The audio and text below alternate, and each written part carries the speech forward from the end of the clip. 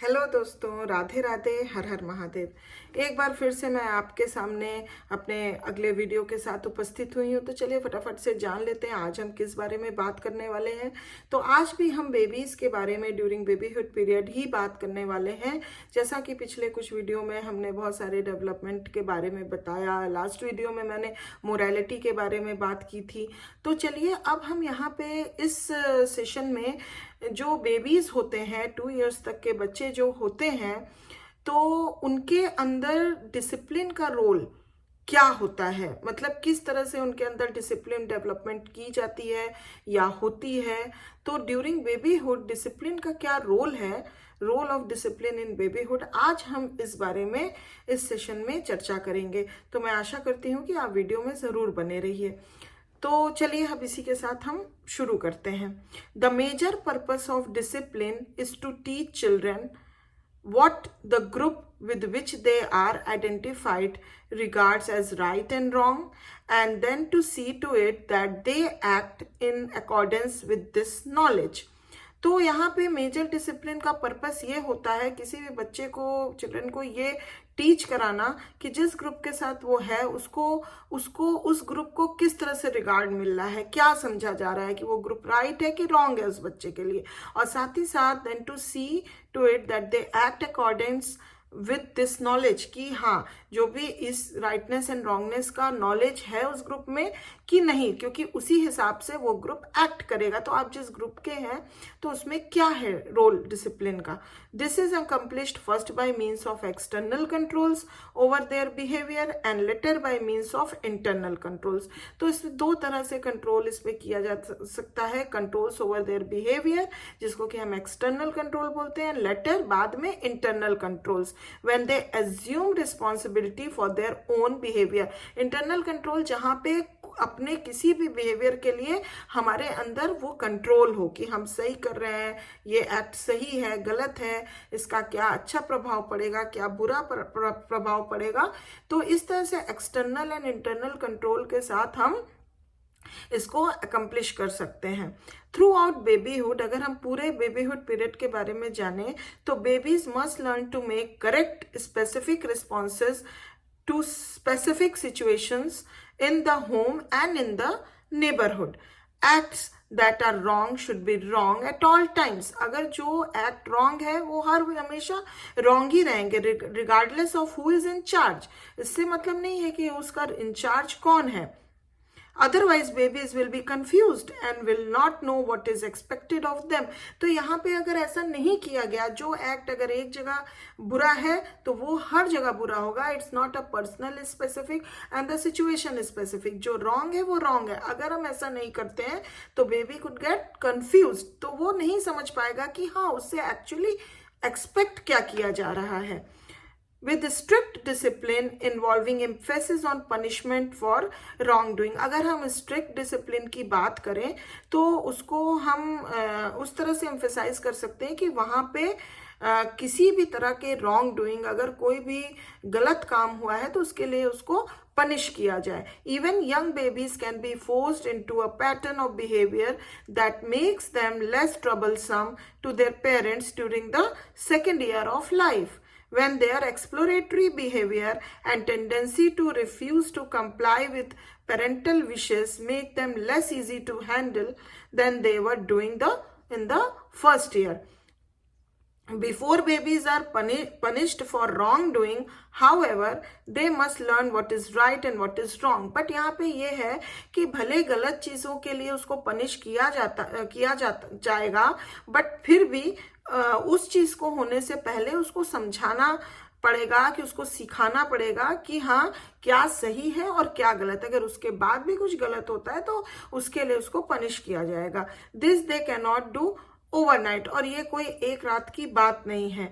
Therefore during babyhood emphasis should be on the educational aspect of discipline. इसी वजह से जो डिसिप्लिन का जो एक मैटर है कि हम उसको कैसे डिसिप्लिन डेवलप करवाएं, कैसे वो जाने कि क्या डिसिप्लिन के अंतर्गत आता है, हम डिसिप्लिन कैसे हो सकते हैं, उसके लिए सबसे ज़्यादा इम्पोर्टेंस हम अगर दे सकते हैं तो वो होता है एजुकेशन को।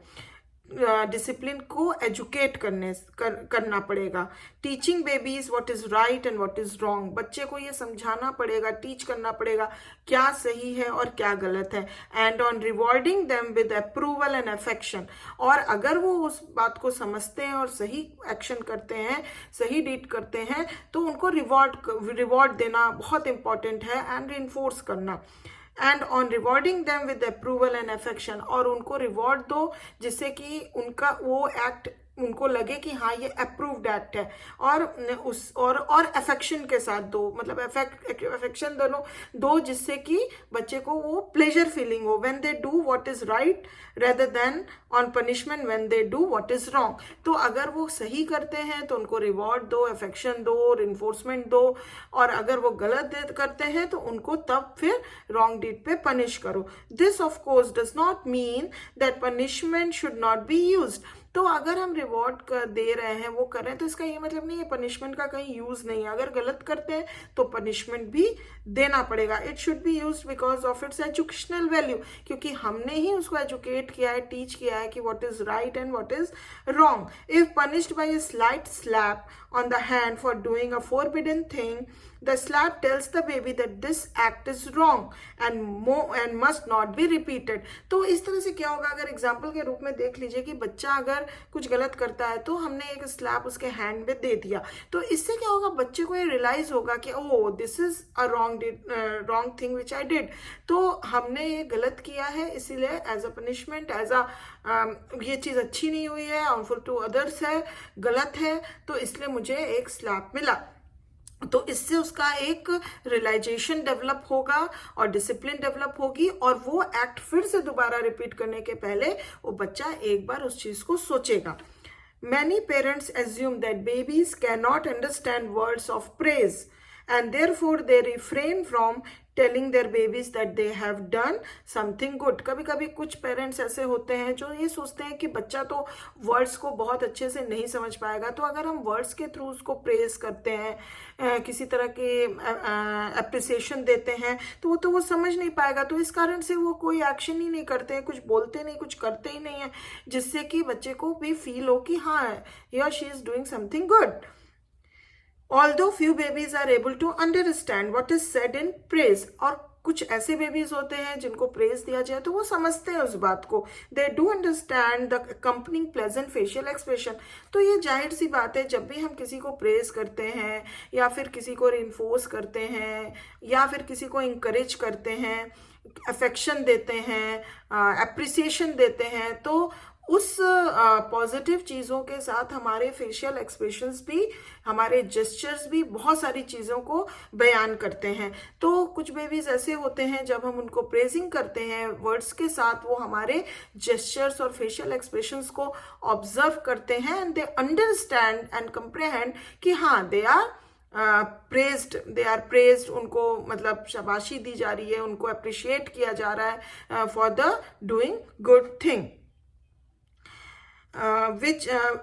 उसके साथ साथ अगर हम देखें तो the difference from those accompanying scolding और अदर फॉर्म्स ऑफ पनिशमेंट, तो सेम एज लाइक प्रेज, अगर कुछ गलत करते हैं तो जब हम उसको स्कोल्ड करते हैं, डांटते हैं या किसी प्रकार का पनिशमेंट देते हैं, तो वो भी हमारे जेस्चर एंड फेशियल एक्सप्रेशंस पे एकदम साफ झलकता है बेबी को, तो बच्चा वो भी जानता है कि ना I am did something wrong, तो उसके लिए मेरे को स्कोल्ड किया जा रहा है, पनिश किया जा रहा है। As a result they motivate babies to repeat the acts that brought them such favorable response। तो इस तरीके से क्या होता है, अगर हम अपने प्रेजिंग वर्ड्स हों या स्कोल्डिंग वर्ड्स हों विद जेस्चर्स फेशियल, अगर बच्चे को उसके राइट एंड रॉन्ग थिंग करने पे अगर उस तरीके से हम करते हैं, तो बच्चे को ये डेवलपमेंट होता है कि हाँ तब उसको राइट एंड रॉन्ग का पता अच्छे से चलता है and he become the disciplined child.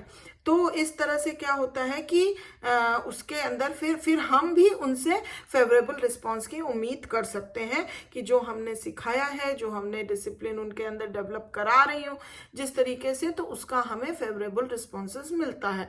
तो इस तरीके से हमें डिसिप्लिन को पहले एजुकेट करना बहुत ज़रूरी है, टीच करना ज़रूरी है, बच्चे को वो चीज़ें लर्न करना ज़रूरी है। इस तरह से धीरे धीरे डिसिप्लिन का डेवलपमेंट बच्चे के अंदर होता है, जो लेटर ऑन धीरे धीरे और ज़्यादा डेवलप करता है।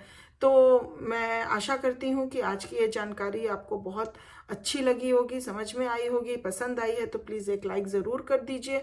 सब्सक्राइब नहीं किया है तो प्लीज़ सब्सक्राइब कर दीजिए। खास करके मेरे वीडियो पे जो मेरे चैनल पे जो नए व्यूवर्स हैं, प्लीज़ आप जल्दी से सब्सक्राइब करिए, जिससे आगे आने वाली और भी अच्छी जानकारी आपको मिल सके। मेरा वीडियो अंत तक वॉच करने के लिए बहुत बहुत आपका धन्यवाद। इसी तरह मेरा हौसला बढ़ाते रहिए, जिससे हम और आप हमेशा संपर्क में बने रहें और ज़्यादा से ज़्यादा अच्छी अच्छी जानकारियाँ एक्सचेंज कर सकें। तो इसी के साथ मैं आज का वीडियो यहीं पे समाप्त करती हूँ। फिर मिलेंगे अगले वीडियो में, तब तक के लिए अपना ध्यान रखिए, ख्याल रखिए। Bye bye, take care.